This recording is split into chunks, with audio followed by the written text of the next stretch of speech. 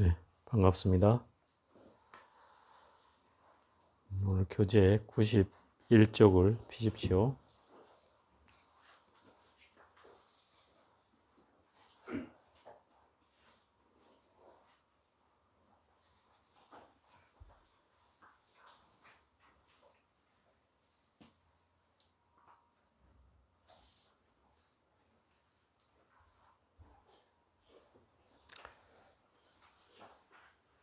오늘은 제 3장이죠.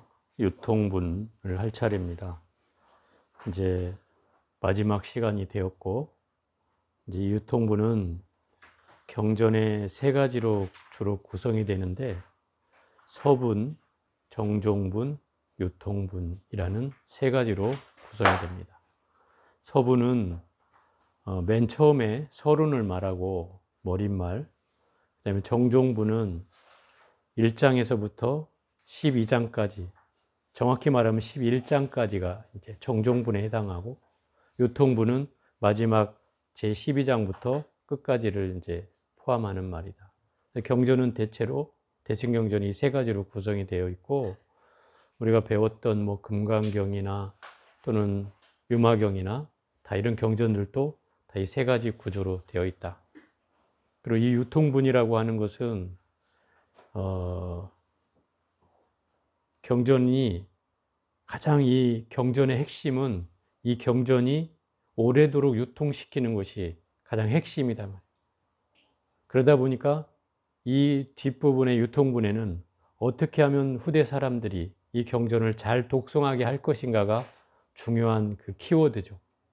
그래서 그런 내용들이 주로 설해져 있고, 또 특히나 이 원각경에서는 세 부류의 그 신중들이 등장해서 그 부처님께 절을 하고서 약속을 하는 부분이 나온다. 특이한 것은 그거예요. 세 부류가. 이 세 부류는 금강신중이라고 하는 한 부류, 8만 명이나 되는 금강신중들이 부처님께 약속하는 한 부분이 있고, 또 범천을 비롯해서 하늘에 사는 신들, 뭐 28천왕, 뭐 호국천왕 등등의 그런 재석천왕 등 그런 신중들이, 하늘에 사는 신들이 부처님께 또 약속하는 부분이 있고, 그 다음에 이제 우리가 흔히 일컬어지는 귀신들, 우리 곁에서 볼 수 있는 그런 귀신들이 또 10만 명이나 등장해서 그들이 부처님께 또 약속을 한다. 그 약속은 결국 이 경전을 읽고 독송하고 그 수행을 해나가는 사람들을 대상으로 하는 거다. 그 사람들을 어떻게든 지켜내고 보호하고 공덕을 증장시켜 주겠다라고 약속하는 부분이다. 이게 모든 경전에 이렇게 나오는 건 아닌데, 다만 우리가 그 보문품이나 여러분이 읽고 있는 아미타경이나 또는 금강경에도 이게 나오나? 그 맨 마지막 부분에 그 나오잖아. 철룡, 야차, 건달바, 아수라, 가루라, 긴나라, 마오라가, 인비인 등등 뭐 이런 사람들이 뭐 나타나서 환희하고 기뻐하며 또는 그걸 증명하며 뭐 이런 내용들이 이제 등장한단 말이에요. 여기에도 똑같이 그런 분들이 등장하긴 하는데, 여기는 더 많이 등장한다는 거죠. 세 부류로 나누어서 더 많이 등장한다는 거죠. 그리고 특이한 것은 바로 이 유통분의 원각경의 특징이 또 담겨 있다는 거예요. 그거를 제가 읽어가면서 설명을 드리고, 오늘은 마지막 시간이니만큼 유통분을 하고 나서 전체적인 개괄을 쪽으로 요약을 해보도록 하겠습니다. 이때 대중 가운데 화수금강, 최세금강, 니람바금강 등 8만 금강이 나란히 그 권속과 함께 자리에서 일어나서 부처님 발에 정리하고 오른쪽으로 3번 들고 부처님께 여쭈었다. 이제 금강이라고 하는 분들은 흔히 말하면 이제 금강신중이라고도 표현하고, 또 우리가 이제 석굴암에서 보여지는 걸로 치자면 금강역사. 그래서 이제 그 절에는 가보면 금강역사, 금강문이라고 되어 있는 데가 있고, 또 사천왕문이라고 되어 있는 데가 있다. 금강문은 사천왕문 앞에 존재하고 오히려 절 입구에 있는 문인데, 여기에는 이제 금강역사라고 해서 이렇게 하고 있나? 이렇게 하고 있는 거 봤죠? 어깨 그 석굴암 맨 입구에 이렇게 하고 계신 분이 있단 말이에요. 이게 금강 역사라고 해요. 뭐 씨름에 우리 금강장사급 이런 거 있잖아요. 그게 여기서 따온 말이에요. 어쨌든 이 금강 역사라는 말은 힘이 엄청나게 센 장수다 이런 뜻이죠. 그런 힘을 가진 사람이 금강 역사인데, 이 금강이라고 가진 분들은 그 정도로 힘이 막대해서 저를 옹호하고 불법을 옹호하는 역할을 하는 분들이다 이 말이에요. 그래서 금강이란 명호가 붙었고, 여기서 말하는 화수금강은 불화자의 머리 숫자란 말이에요. 머리에 불을 이고 있는 사람이다 이 말이에요. 머리에 불을 이고 있어. 그래서 경전이 아니라 그림의 표현상으로는 머리에 불이 달려있는 사람으로 표현된다 이 말이에요. 그러니까 불이 달려있으니 어떨 거예요? 뭐든지 다 태워버리는 거죠. 다 태워버려요. 그런 힘이 있다 이 말이에요. 그리고 최세금강은 가장 최자에다가 붓을 쇠자다. 분쇄하다 하는 쇠자예요. 그러니까 다 부셔버리는 사람이 또 최세금강은. 그래서 저 끝에 보면은 다 가루를 만들어 부숴버리겠습니다. 이렇게 나온다고. 부숴버린다. 뭐를 부순다는 거예요? 번뇌라든지 이런 거를 다 싸그리 없애버린다. 이런 뜻이죠. 또 니람바 금강은, 이 니람바 금강은 모든 번뇌를 지혜로 바꾸는 사람이다. 이런 세 부류를 만나면 나의 번뇌가 싹 없어질 것 같죠. 이런 금강들이 8만 명이 등장해서 8만 명이 또 거기다 자기 권속들까지, 자기가 거느리고 있는 권속들이 있을 거 아니에요. 그 권속들까지 모였으니까 뭐 8만 명이 아니라 수십만 명이겠죠. 그런 사람들이 부처님께 예경을 하고서 그 장면을 한번 생각해 보라고요.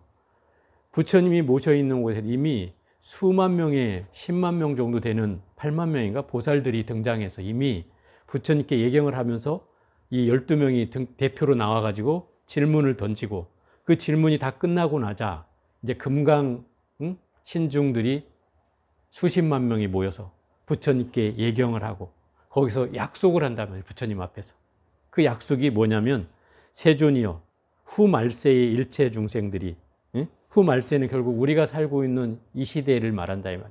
이런 말세 중생들이 이 결정적인 대승을 능히 지니는 이가 있다면, 결정적인 대승이라는 것은 확고한 믿음을 가진 이 원각경과 같은 경전을 지니고 그걸 잘 수행하느니, 결정적인 믿음을 일으키느니, 그게 이제 이 결정적인 대승을 말한다. 이 부분이 아마 금강장장에선가 나오죠.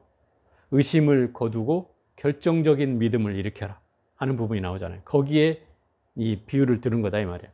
그러면 이 원각경을 잘 공부하고 수행하고 지니는 이가 있다면, 저희들이 누구예요? 금강신중들은 응당 눈을 보호하듯 그들을 수호하며. 한번 생각해 보세요. 눈을 보호한다는 비유가 들었는데, 우리가 신체 가운데 제일 예민한 부위가 저는 눈이라고 생각이 들어요. 아마 여러분들은 눈에 뭔가 변화만 생기면 눈을 깜짝깜짝 하게 돼 있어요. 그게 눈을 보호하는 거예요. 이미 장치가. 그래서 누가 이렇게 손만 갖다 대려고 그러면 눈을 깜빡깜빡 하잖아요. 이미 그게 자기 스스로를 보호하는 보호장치다 이 말이에요. 그러니까 눈이라는 건 가장 우리 감각기관 가운데 예민한 부위다 이 말이죠. 예민한 부위예요. 그래서 그런 눈을 보호하는 것처럼 보호한다는 거죠. 가장 핵심적으로 보호한다는 뜻이에요. 그러니까 세밀하게 그들을 보호할 것이며, 또 그들이 수행하는 도량까지, 그곳에 원각경을 지니고 그걸 수행하는 도량까지 어떻게 한다는 거예요? 자기들이 몸소 그 금강의 무리들을 거느리고 그곳에 나아가서 밤낮 없이 지킨다는 거예요. 누구를? 이 원각경을 공부하는 이들을 밤낮 없이 지킨다는 거예요. 그리고 그들이 또 이 공부를 물러나지 않게도 해주고, 그리고 그들이 거주하는 집안에, 그 경을 읽고 수호하는 그 사람들이 머무는 그 집안에 영원히 재앙과 장애가 없게 한다. 이걸 소원하는 거예요. 지금 없게 하겠다. 그리고 그 장애뿐만 아니라 질병도 다 소멸하며 또 재물이 풍족하고 항상 모자람이 없도록 하겠다는 거예요. 이게 이제 소위 말하면 어떤 경전과도 구분되는 부분이 바로 지금 이 대목이에요. 제가 경전을 많이 보지는 않았지만 지금까지 본 경전들 가운데 이런 대목이 나오지는 않았던 것 같아요. 뭐 좋아진다, 병이 소멸된다, 뭐 이런 얘기들은 있었지만은 재물까지 풍족해 주게 하겠다는 말은 어디에도 나온 때를 못 봤어요. 그래서 제가 이 구절에 꽂혀가지고 이 원각경을 공부하게 된 계기가 됐다. 이 중생심이지만 중생심으로 시작이 된 경전의 공부였는데 어쨌든 지금까지 하고 있다는 거죠. 결국 재앙과 질병을 소멸하고 재물이 부족하여 항상 모자람이 없도록 하겠다. 그래서 저희가 이 기도를 시작한 거예요. 병고액난 소멸 기도를 시작한 이유가 바로 이 구절에 있다 이 말이에요. 모든 질병을 소멸시켜주고 그 사람의 어려운 부를 다 재물을 풍족하게 해서 그것도 써도 모자람이 없도록 하겠다는 거죠. 이게 이미 금강신종들이 약속하는 거다 이 말이에요. 약속. 누구한테? 이걸 공부하고 다른 사람에게 그렇게 하겠다. 부처님 앞에서 맹세하는 거예요. 그러니까 이거를 스님 진짜 그래요? 이렇게 하면은 안 믿으면 할 수 없는 일이죠. 그렇지만 이미 부처님 앞에서 약속을 했는데 내가 그걸 믿고서 실천을 해봐야 아는 일 아니에요. 그죠? 그래야지 뭔가를 어떤 말든 할 거 아닙니까? 그때 대범천왕, 28천왕, 수미산왕, 호국천왕 등도 자리에서 일어나서 부처님 발에 정리하고 오른쪽으로 3번 들고 부처님께 여쭈었다. 여기서 대범천왕은 제석천보다 밑에 있는 신이지만 그 범천왕도 제석천왕의 버금간 만큼 이 하늘에 사는 신 중에 제일 상수에 속하는 대범천왕이고 28천왕은 욕계, 색계, 무색계를 합쳐서 28천이라고 하는 거예요. 그 하늘에 각 천마다 다스리는 왕들이 있어요. 그래서 28천왕이라고 하는 거고 수미산왕은 일명 이제 제석천왕이라고도 하죠. 우리에게는 제석천왕으로 더 많이 알려졌는데 이 하늘 세계에서 제일 높은 곳에 있는 것이요. 우리가 하느님이 보호하사 이렇게 얘기할 때 그 하느님이 바로 이 제석천왕이다.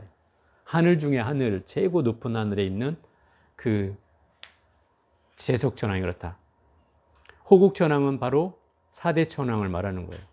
동서남북을 지키는 사천왕문 있잖아요. 그 사천왕을 바로 호국천왕이라고 한다. 그래서 우리가 그 삼국유사에 보면 이련 스님이 쓴 삼국유사에 제석천왕을 석제환인이라고 표현한다. 석제환인. 무슨 말인지 알아요? 이 석제환인이? 당군의 아버지가 누구예요? 당군의 아버지가 환웅이라는 사람이에요. 환웅. 환웅의 아버지는 환인이에요. 환인. 이 제석천의 왕이 바로 환인이다 이 말이에요. 석제환인. 응? 그러면 석제환인의 손자가 당군이라 이 말이에요.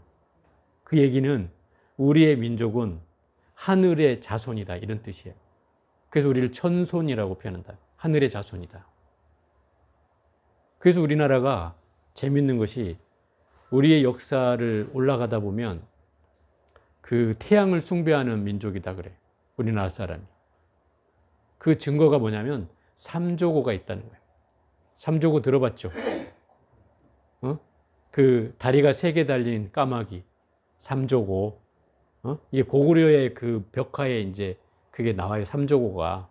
근데 이 삼조고가 상징하는 게 뭐냐면 태양이라는 거예요. 태양. 우리는 옛날에 태양을 감히 태양이라고 지칭하지 못했어요. 물론 해라고도 표현하지만 그거를 비유할 때는 주로 새로 비유를 했어요. 주로 검은색. 왜냐하면 태양은 너무 밝아서 두 눈으로 똑바로 볼 수가 없죠. 그리고 한참 보고 있으면 태양이 어때 돼요? 시커매져요. 그래서 비유를 까만 새로 비유를 한 거예요. 그래서 삼조고라는 건 바로 태양을 상징하는 거였어요. 그래서 우리의 민족이 이미 태양을 숭배하는 민족이었다. 태양을 숭배하는 민족의 공통점은 하느님을 섬긴다는 거고 두 번째 공통점은 농경민족이라는 거예요. 농사를 짓는 사람들이라는 거예요. 이런 특징을 가져요.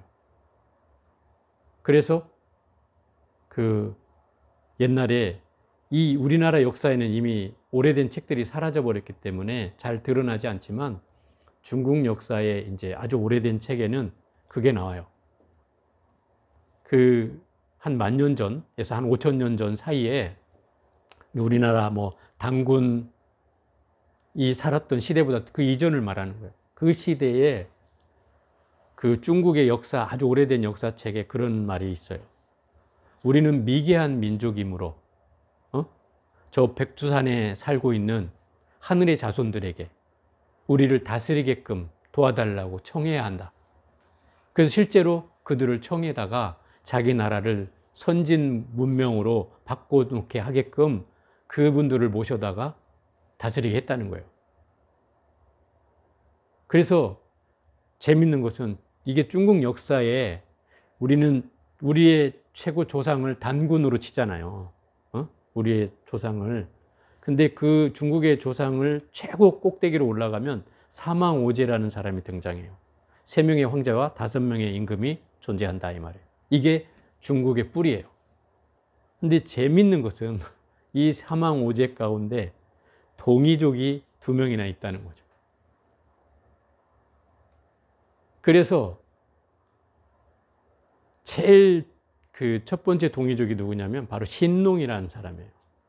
신농은 아마 여러분들도 들어봤을 거예요. 역사책에 나와요. 신농본초라고 해서 우리나라 그 동의보감의 그 기원이 됐던 책이에요. 동의보감에.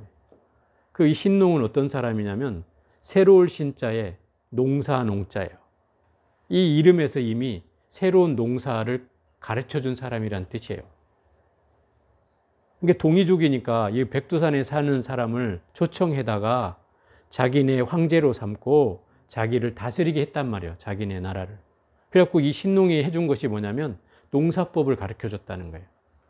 농사법을. 그래서 신농이라고 이름이 붙인 거예요. 그리고 두 번째는 이 사람이 약초의 효능에 대해서 알려줬어요.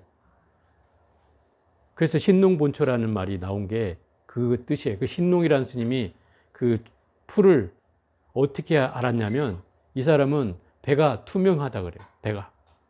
배가 투명해서 약초를 먹으면 안에서 어떤 움직임이 일어나는지를 다 볼 수가 있었다는 거예요. 어떤 반응이 일어나는지를.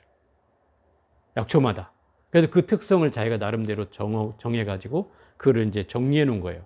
물론 그때는 문서가 없었기 때문에 구전으로 전하던 것들이 나중에 신농본초라는 걸로 만들어지는 거죠. 책으로.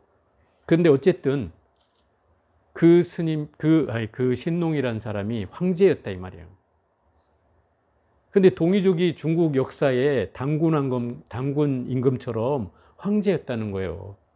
그러니까 이 사람들이 도대체 자기네 조상의 뿌리에는 동이족이 있으니까 이걸 설명할 길이 없잖아요. 그래서 이 사람들이 동북공정을 만든 거예요. 그래가지고 동이족은 우리 지방의 자치족으로서 우리 종족이다 이렇게 나오는 거죠.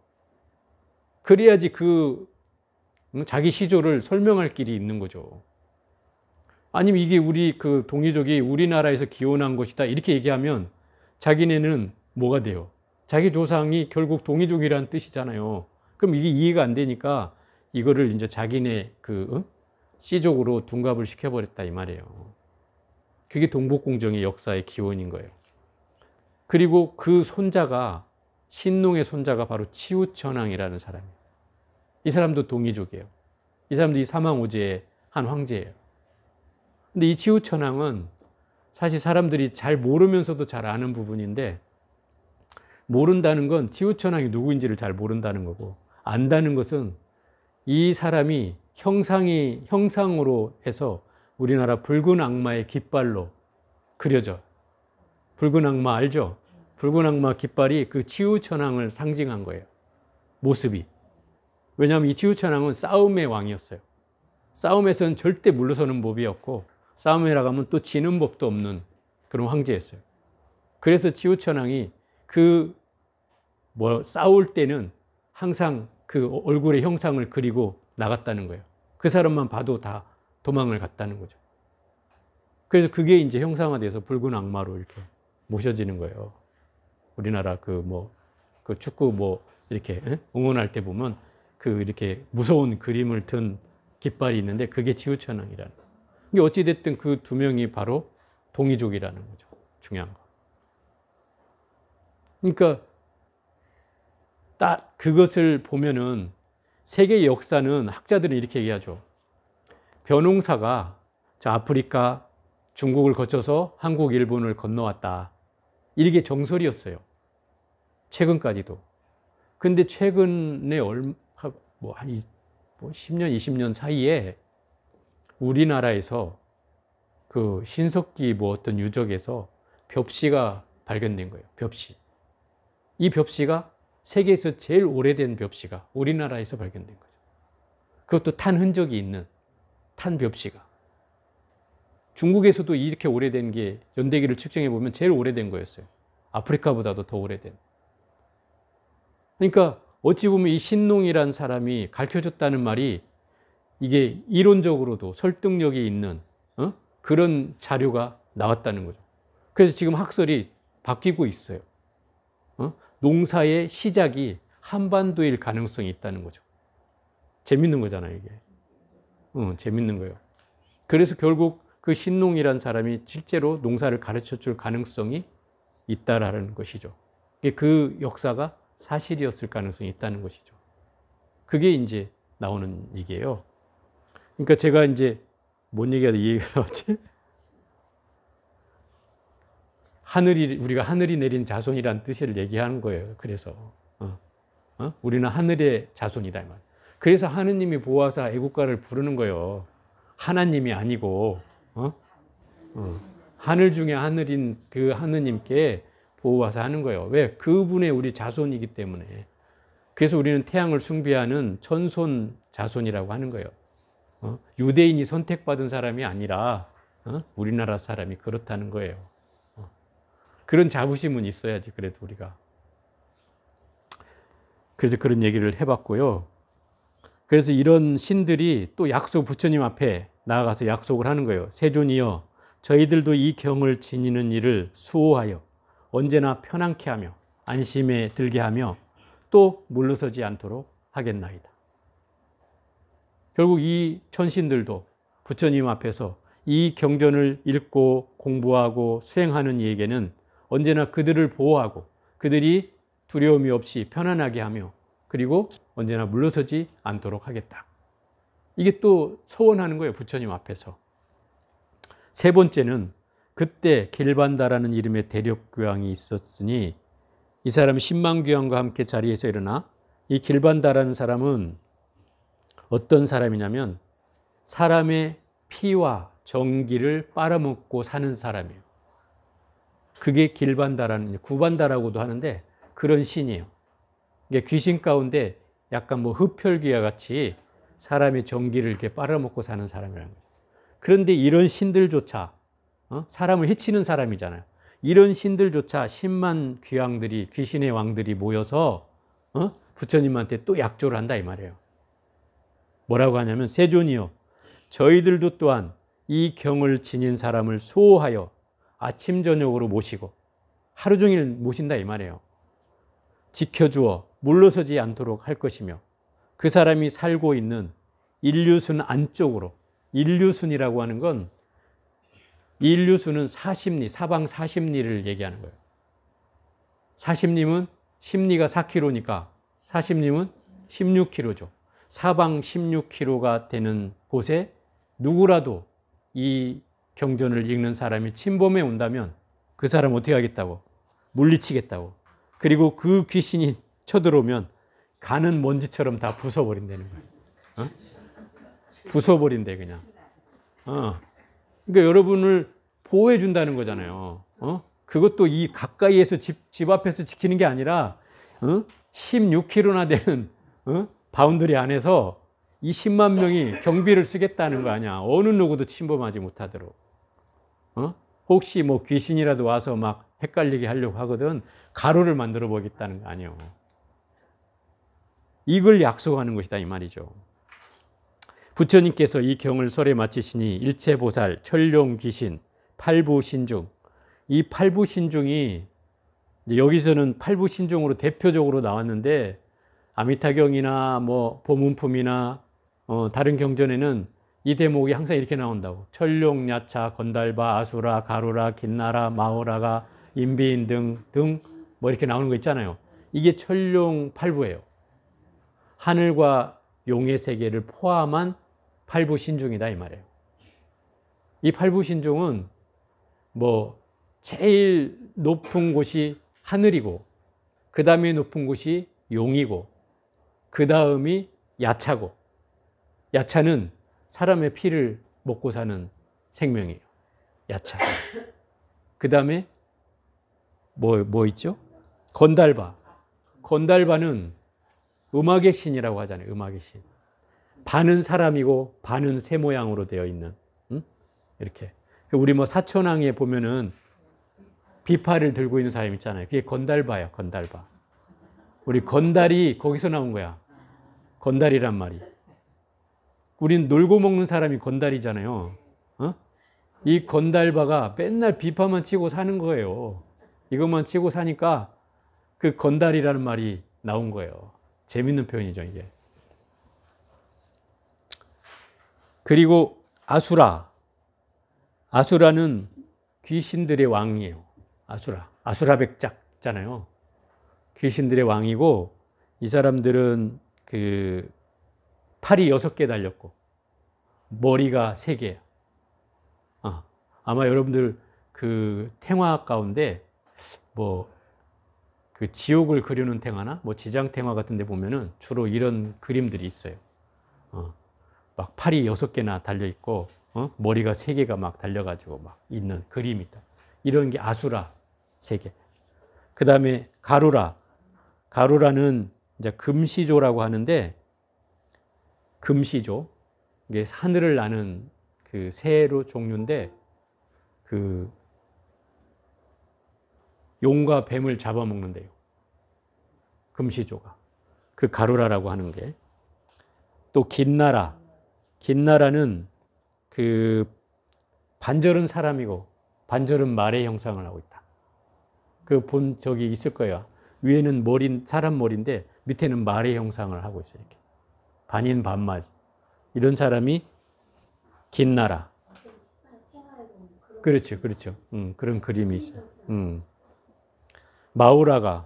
마우라가는 이제 주로 기어다니는 신이라고 하는데 뱀의 신이라 이렇게 하죠. 그 뱀의 신이라. 뱀처럼 생겼다 그래서 뱀의 신이라. 이렇게 해서 이제 천룡야차 팔부신중이라는 거예요, 이게. 그러니까 이런 신들이 항상 그 권속들과 함께 모두 그 하늘의 왕등 또 범천의 왕등이 일체대중 부처님의 설법을 듣고 크게 환희하여 믿고 받도록 행하였다. 이건 이제 증명하는 신들이 등장하는 거예요. 주위에서 부처님 법을 증명해주고 그걸 환희하고 했다는 것은 마치 우리가 그 뭡니까? 결혼할 때 주변에 서야 되는 사람이 있잖아요. 증명해줘야 될 사람이 있잖아요. 그런 것처럼. 또는 우리가 뭔가 사인을 할 때는 항상 보증을 서야 되잖아요. 누군가. 그런 사람처럼 부처님이 법문을 마쳤을 때는 그걸 증명해주는 신들이 등장한다는 거예요. 그 부처님 법이 맞다라는 걸 증명해주는 거예요. 여기서 환희하고 기뻐했다는 것은 그 증명을 해줬다는 뜻으로 이해를 해요. 그러니까 어쨌든 그래서 이 유통분에 나오는 얘기는 정리를 해보자면 금강신중 10만 명과 그 권속들, 그리고 범천에 사는 모든 신들, 하늘에 사는 신들, 그리고 귀신이라고 하는 그런 10만 명의 대력귀양 귀신들이 모두 증명하고 있다. 어떻게?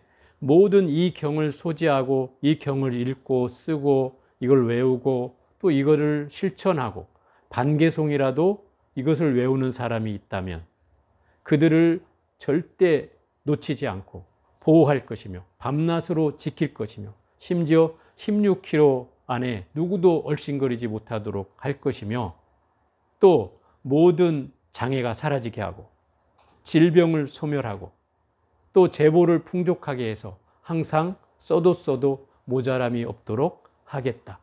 이걸 선언한 거예요. 이 신들이. 대단하잖아요.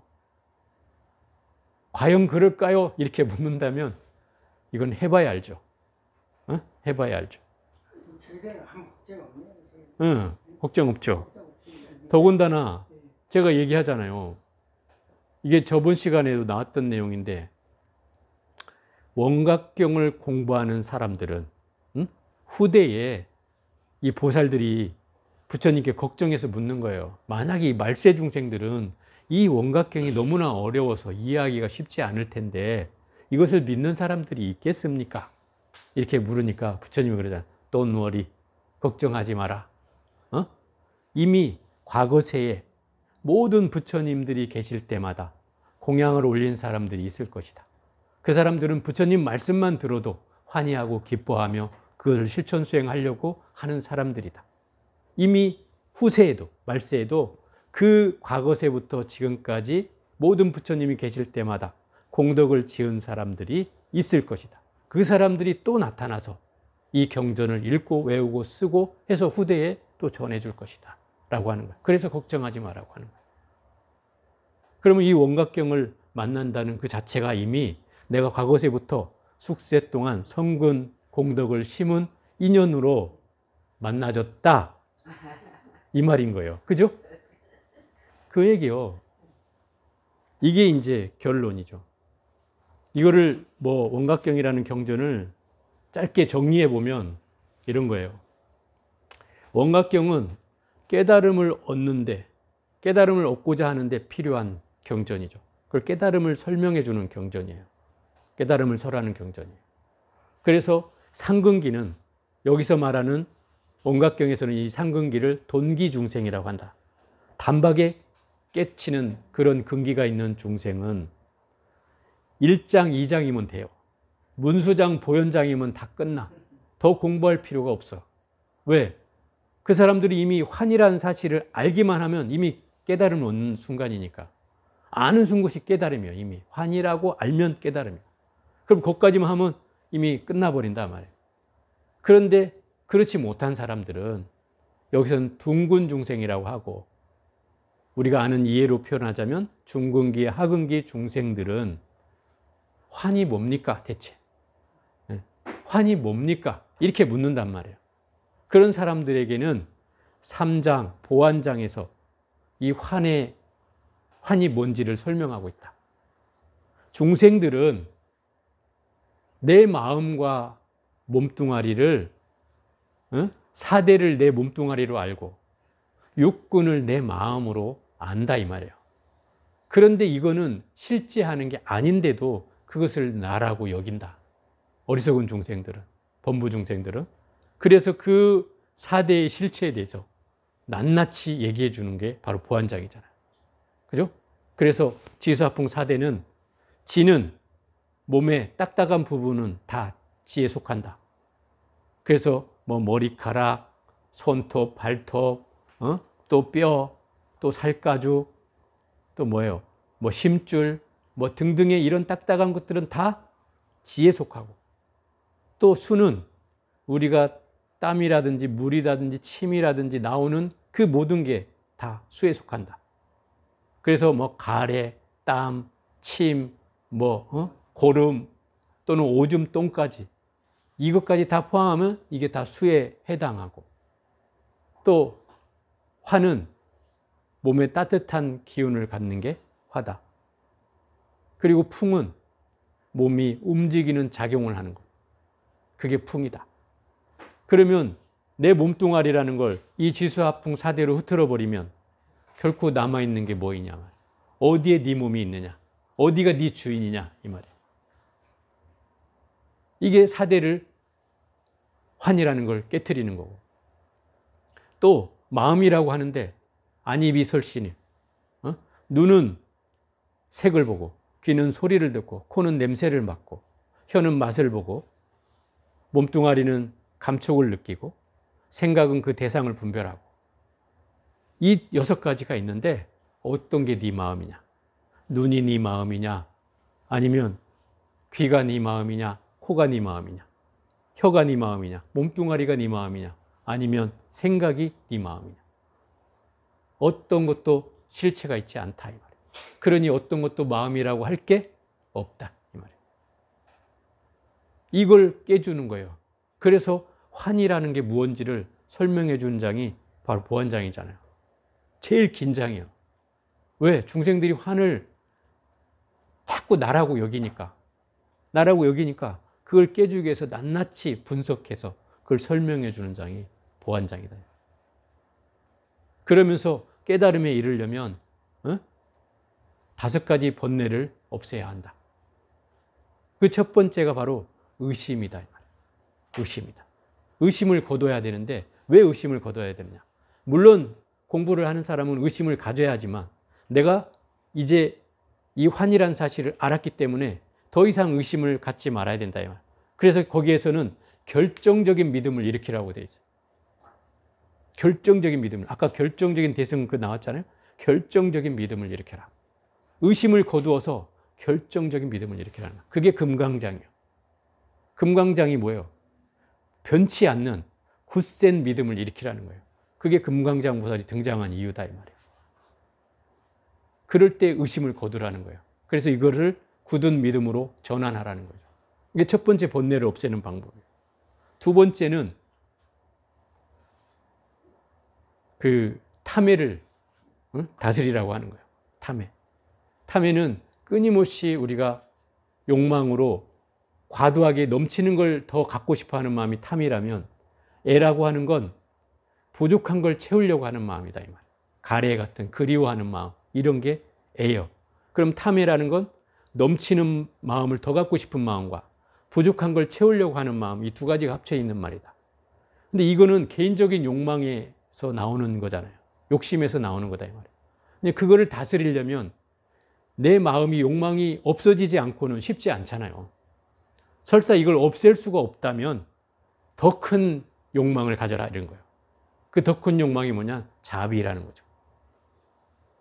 그래서 나 혼자의 이익이 아니라 나 혼자의 원이 아니라 더 큰 욕심을 내어서 모든 사람을 큰 유한 욕심으로 바꾸라는 거예요. 없앨 수가 없다면 이것은 가능할 수가 있다는 거죠. 그래서 미륵장, 자비 종자인 미륵보살님이 등장하는 이유가 바로 탐해를 자비로 전환하라고 하는 거예요. 그게 두 번째 번뇌예요. 세 번째는 어리석음을 정리하라는 거죠.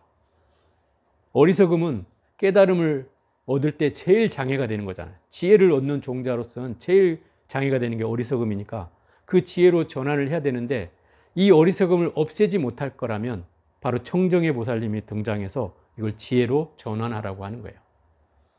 지혜로 전환하라. 이게 세 번째 번뇌예요. 네 번째는 그 진해를 다스리라고 하는 거예요. 진해.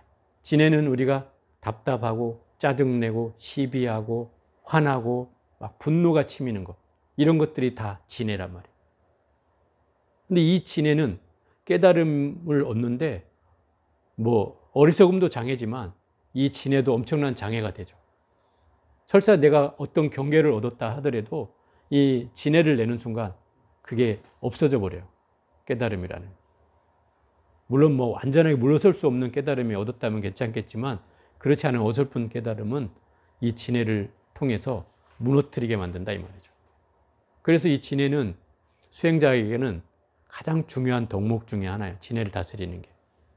근데 여기에서는 어떻게 하라고 하냐면 진해를 만약에 내가 없앨 수 없거들랑 진해를 없애면 좋겠지만 없앨 수 없거들랑 위엄으로 전환하라는 거야. 그게 위덕자재장이에요. 위엄이라는 건 뭐냐면 말 없는 포스를 가져라 이 말인 거예요. 기세로 눌러라 이 말이야. 말 없이. 저는 이게 지금 이 시대에 필요한가 생각해 보면 지금 이 시대는 항상 뭔가 말과 소통을 해야 되는 시대긴 한데 말 없으면 사람들이 답답해. 그죠? 그리고 여러분들 배우자가 말 없이 있으면 아마 사는 사람이 불편할 거예요. 그죠? 엄청 불편해질 거예요. 그런데 때로는 필요하다는 거예요. 이걸 막 항상 쓰라는 게 아니고 예를 들어서 내가 진해가 났어. 그러면 막 화를 내면 어떻게 되겠어요? 나도 다치지만 상대도 다치잖아요. 둘이 다치는 일이다 이 말이야. 그러면 주변에 누가 또 자식이라도 있다면 자식까지도 그 연파가 미치겠죠. 그러니 집안 분위기가 이상해지잖아요. 안 좋아지고 다운이 되죠.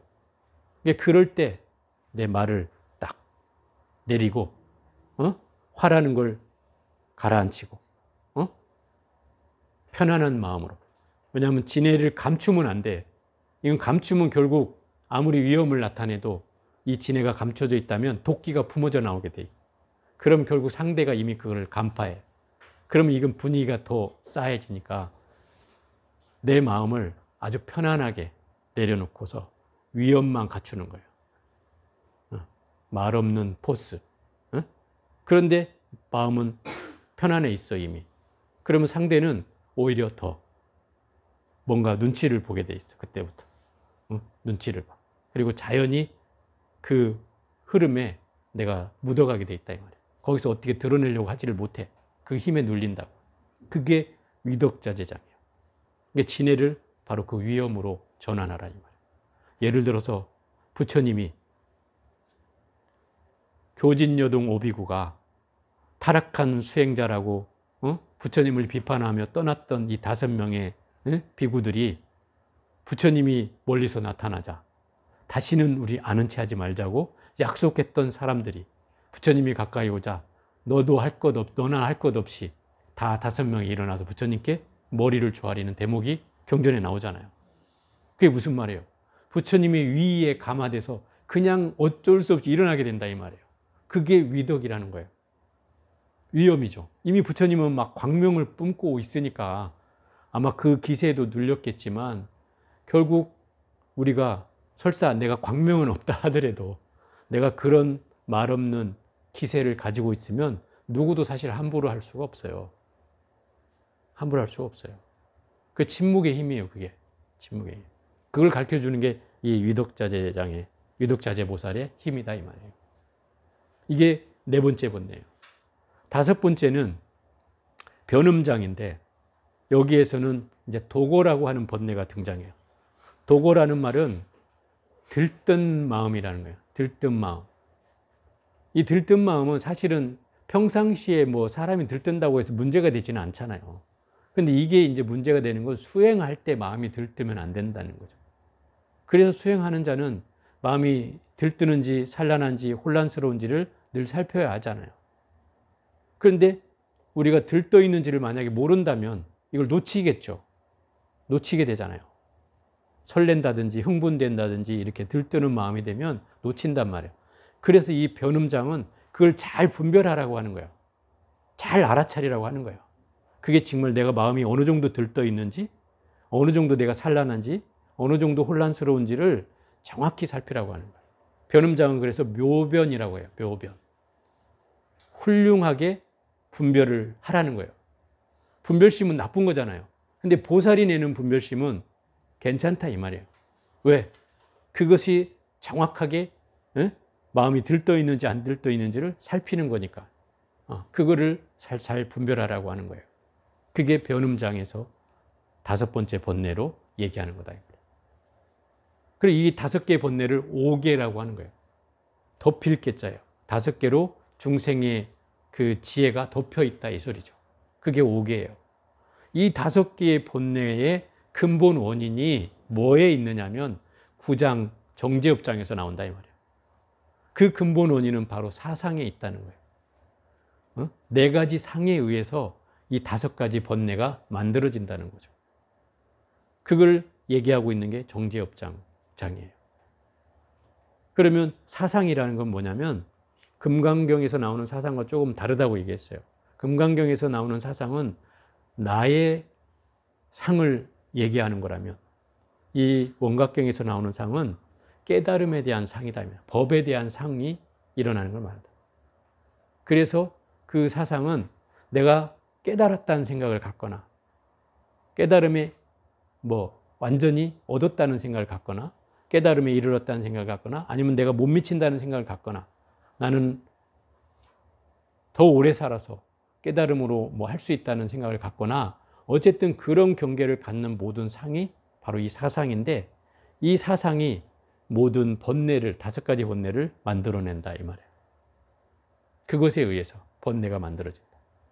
그러니 그 번뇌를 다스려야지 바로 우리는 깨달음을 얻을 수 있다는 거예요. 그래서 복악장 10번째가 바로 복악장이잖아요. 깨달음을 모든 중생에 열어놨다 이 말이에요. 그래서 이 보각장에서는 네 가지 병을 다스리라고 한다 이 말이에요. 그게 바로 작지인멸이라는 선병이라고 하는 거다. 수행을 하는 경계에서 나타나는 네 가지 병이 있는데 그것을 사병이라고 얘기하고 선병이라고 얘기하는 네 가지다 이 말이에요. 작지인멸은 뭐냐? 작은 작병이라고 하는 것으로 그냥 애쓰는 마음이다 이 말이에요. 나 해야지 하고 막 애쓰고 뭘 막 열심히 노력하지만 그것이 결국 병이 된다 이 말이에요. 왜냐하면 수행은 그냥 무심으로 해야 되는 거예요. 무심으로. 그냥 하는 바 없이. 금강경에 나오는 말로 하는 바 없이 해야 되는데 해야지 하고 하면 나중엔 탈이 난다 이 말이에요. 그래서 꼭 병이 생겨가지고 못하게 되는 일이 발생합니다. 애쓰면 꼭 그 탈이 난다 이 말이에요. 그래서 애쓰지 말라는 거죠. 그게 이미 병이 된다는 뜻이고. 두 번째는 애쓰는 거 반대말인데 맡길 임자 임병이라 그래. 발음을 잘해야 돼. 임병. 근데 이 임병이란 무슨 말이냐면 그냥 될 대로 되라야. 될 대로 되라. 에이 뭐 내가 뭐 저 사람 따라가긴 글러먹었고 그냥 될 대로 되라 뭐 안 해도 그만 해도 그만 뭐 될 대로 되라. 이렇게 내맡기는 이 맡길 임자에 그래서 그래 내맡기는 그런 병이 임병이고 세 번째는 지병이라고 하는 거죠. 그칠 지 있어서 지병이라고 하는. 이 지병은 이 삼관 수행 가운데 사마타에 걸리는 병이다. 사마타는 뭐예요? 모든 생각을 멈추어서 고요하게 하는 것이 바로 사마타 수행인데 이것만이 최고야. 다른 거 필요 없어. 이것만 해야 돼. 라고 하는 병에 걸리는 게 바로 지병이다. 그래서 그 사마타 병이라고 하는 거예요. 그게 지병이고. 마지막 네 번째 멸병은 선나 수행을 일컫는 말인데 선나 수행에 걸리는 병이다 이 말이에요. 선나는 뭐예요? 모든 번뇌가 소멸된 정멸의 경계를 얻는 것. 그게 정멸관 수행인데 그 정멸관 수행만이 최고다. 이것만 해야 최고다라고 주장하는 게 바로 멸병이다 이 말이에요. 그래서 이 네 가지 병을 다스려야 우리는 보편적인 깨달음을 얻을 수가 있다는 거예요. 그게 이 10장에서 얘기하는 말이죠. 11장으로 오면 이제 원각장인데 이 원각장은 완전한 깨달음에 대해서 설명하고 있는 장이고 어찌 보면 원각경의 최종 결론이 이 원각장에서 맺어지고 있다 이 말이에요. 이 완전한 깨달음은 이 세 가지 수행 방법을 충실히 이행하면 된다 이 말이에요.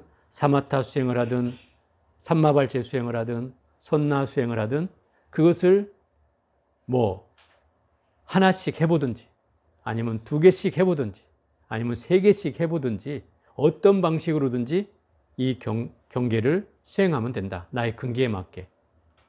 그런데 이것의 장애는 무엇 때문에 이 공부를 하고자 하지만 잘 안 되냐면 바로 업장 때문에 이 경계가 공부해 나가기가 어렵다. 그래서 숙세의 업장을 없애야 우리는 완전한 깨달음을 얻을 수 있는데 그 업장의 핵심은 바로 좋고 싫은 경계에서 나온다는 거예요. 그 좋고 싫은 경계의 마음에서 이 업장이 만들어지고 그것에 의해서 우리는 마음이 휘둘려져서 온전한 마음으로 깨달음을 얻을 수가 없어진다는 뜻이죠. 그러니 우리 경계로 친다면 좋고 싫은 마음에 이 두 가지의 경계를 없애야 된다 이 말이야. 이 두 가지 경계는 좋고 싫은 것만 있는 게 아니죠. 예를 들어서 뭡니까? 옳고 그른 걸 따진다든지 또는 뭐 남자가 좋다 여자가 좋다 이런 경계로 따진다든지 또는 뭐 진보가 좋다 보수가 좋다 이런 경계로 따진다든지 이런 두 가지 경계로 이미 걸려 있다면 그 경계는 업을 만들어내길 뿐이지 정작 그걸 벗어날 수가 없다. 그러면 그 업을 만들지 않고 벗어날 수 있으려면 어떻게 해야 되는가? 좋고 싫음이 없어야 된다는 거죠. 그 얘기는 반대로 얘기하면 나에게 집중하면 된다 이 말이야. 다른 사람에 집중하지 말고 나한테 집중하면 좋고 싫음이 없어진다 이 말이에요. 그렇죠? 나한테 집중했는데 남이 뭐 좋든 싫든 무슨 상관이 있어요? 상관 않게 되죠.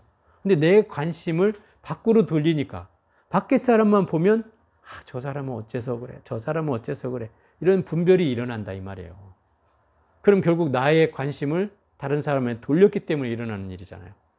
그럼 나한테 집중하면 당연히 다른 사람께 들어요, 안 들어요? 안 들어오잖아요. 그게 이 좋고 싫음의 경계를 떠나는 방법이에요. 결국 공부만 제대로 하면 그 경계를 떠날 수가 있다는 뜻인 거죠. 스님, 우리는 그거 못 떠나요. 이렇게 얘기한다면 나를 집중하지 않는다는 뜻으로 저는 이해를 한다 이 말이에요. 그게 이 11장에서 나오는 말의 핵심이다. 그리고 12장에서는 이 경의 이름을 묻고, 이 경이 뭐 대방강 원각다란이라는 이름을 가지고, 또 하나는 수다라 요이라는 이름을 가지고, 하나는 뭐 열의 결정 경계라는 이름을 가지고, 하나는 비밀왕 삼매라는 이름을 가지고, 하나는 열의 결정 경계라는 이름을 가지고 있다. 이 5가지 이름으로 이 경전을 불린다. 그래서 이 경전을 어떻게 유통을 시켜야 되느냐라고 묻자 부처님이 걱정하지 말라고 아까 제가 했던 마지막 부분을 얘기한다 이 말이에요. 과거로부터 이미 숙세에 모든 부처님이 계실 때마다 성금공덕을 심은 사람들이 있었고, 앞으로도 부처님이 계실 때마다 성금공덕을 심는 사람들이 있을 것이다. 그 사람들이 나타나서 이 경전을 보호하고 지키며 경전을 독송하고 그 경전을 수행해 나갈 것이다. 그러니 이 경전이 없어질 리가 없다. 다만 여기에 나오는 한 개송이라도 이 경전을 읽고 외운다거나 또는 다 이해를 못한다면 반개송이라도 그것을 이해한다면, 그것을 알아먹는다면 수미산의 7보를 장엄하는 공덕보다 훨씬 수승하다. 이렇게 얘기하고 있죠. 그게 바로 12장이죠. 그리고 나서 유통분에서 모든 범천의 신들이, 또 모든 금강의 신들이, 또는 모든 귀왕의 모든 그 귀신왕들이 이 세 부류가 모여서 부처님께 약속을 한다. 이 경을 수지하고 독송하고 외우고 실천하는 사람들은 그들을 밤낮으로 지키고 보호할 것이며, 심지어 그들이 머무는 공간에서 40유순이나 아니 그 1유순이나 16km나 떨어져 있는 그곳까지도 어떤 귀신도 침범하지 못하도록 그들을 지킬 것이며, 심지어 한 놈이라도 침범한 놈이 있거든 다 가루로 만들어 버릴 것이며, 그리고 그 사람들에게는 모든 재앙이 없게 하고 질병을 소멸하며 재보가 풍족해지고 그 재보를 써도 항상 모자람이 없게 하겠나이다 라고 약속하고 있다 이 말이죠. 이게 원각경이에요. 제가 썸머리로 아주 짧은 시간에 요약을 했는데 이런 경전이란 말이에요. 그래서 제가 이 원각경을 2021년도 3월 31일 날 처음 원각경 법회를 연화사에서 열어가지고 거기서 45차까지 하고 이 지축으로 넘어왔다 이 말이죠. 물론 지축에서는 할 수가 없어서 한 6개월 정도 쉬었다가 여기에 옴과 동시에 이제 49일 원각경 법회를 시작으로 해서 100일 기도, 49일 기도, 100일 기도 이렇게 지금 4번째 100일 기도를 내일 모레 이제 마치게 된 상황이 되었다 이 말. 탄호 스님은 그렇게 얘기를 했어요.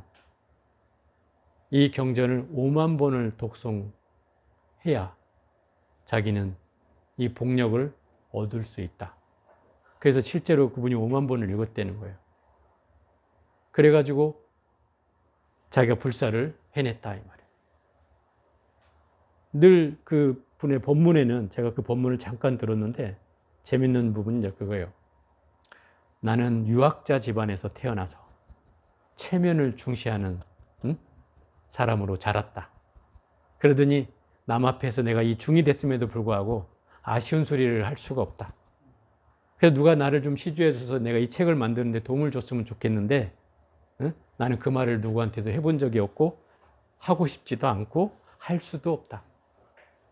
그런데 저 백년암에 사는 송철 스님은 잘도 얘기하더만 자기는 할 수가 없다. 그 말도 있어. 그래서 내가 그 원각경 기도를 그래서 시작했다. 이 유통본에 보면 제보풍족 상물핍소 한다는 말을 듣고 내가 열심히 읽어서 이 화주와 시주를 만나기를 발언했다. 그러고 나서 어느 날 그 삼성의 무살이 찾아오고 또 부산의 그 호텔 사장이 찾아와서 봉투를 놓고 갔는데 그 돈으로 책을 만들고도 남았다. 책을 어떻게 만들었냐면 일본에서 복사기를 아예 사왔대요. 이렇게. 그때는 우리나라가 이 복사기가 좋지 않을 시절이어가지고 80년대 막 이럴 때니까 일본에서 아주 좋은 복사기를 사다가 아주 양질의 종이로 절에서 복사를 했다는 거예요. 그래서 책을 만들었다는 거죠. 그래서 사륙백판 양장판으로 지금도 이렇게 남아 있어요. 엄청 두껍죠. 그래서 그거를 직접 만들어서 그때 이제 이게 세로 쓰기로 이렇게 해가지고 만들어서 말들이 이제 옛날 말치죠. 그 고어체니까 좀 어렵기는 하지만 어쨌든 그래도 개인이 국가나 뭐 임금의 또는 대통령의 뭐 도움을 받지 않고 개인이 시주받은 걸로만 번역해낸 책으로는 최다의 그 서적을 자랑하고 있는 분이 바로 이 탄어 스님이다 이 말이에요. 어쨌든 그분이 이 원각경에 대해서 이렇게 설명해 놓은 덕분으로 저도 그 말을 듣고 힘입어서 이 원각경을 시작하게 되었고 또 그 공덕으로 우리가 3년 개원법회를 만 3년 만에 이곳에서 하게 되었다 이 말이에요. 그죠? 그러면 이미 공덕이 없지는 않다 이 말이죠. 그래서 지금 제가 이 원각경을 읽고 있는 이유는 병고액난을 소멸하기 위한 3년 기도를 시작했다 이 말이에요. 결국 여러분이 수행을 해 나가고 또 공부를 해 나가려면 이 어려움도 없어야 하고, 그죠? 재정적인 어려움도 없어야 하고, 또 병마도 없어야 하죠. 그래서 이게 제일 우리에게는 큰 화두여서 이것을 해결해 보자는 마음으로 이 기도를 시작한 거예요. 그리고 어쨌든 1년 365일 원각경 읽는 소리가 끊이지 않는 도량을 만들겠다는 게 저의 발언이고 그걸 지금도 실천하고 있는 거죠. 이게 어느 절에도 없는 일이에요.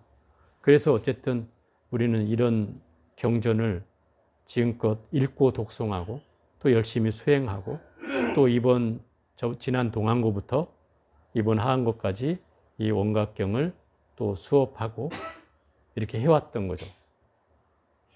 어쨌든 오늘 이 시간에 이렇게 원각경을 지난 절부터 해서 마칠 수 있었다는 것만 해도 다행스럽게 생각하고 두서없이 제가 짧은 소견으로 여러분에게 2철 동안 이렇게 원각경을 수업할 수 있었던 것은 다 여러분들의 덕분인 것 같습니다. 아무쪼록 잘 들어주셔서 감사하고 어쨌든 잘 회양되리라고 믿습니다.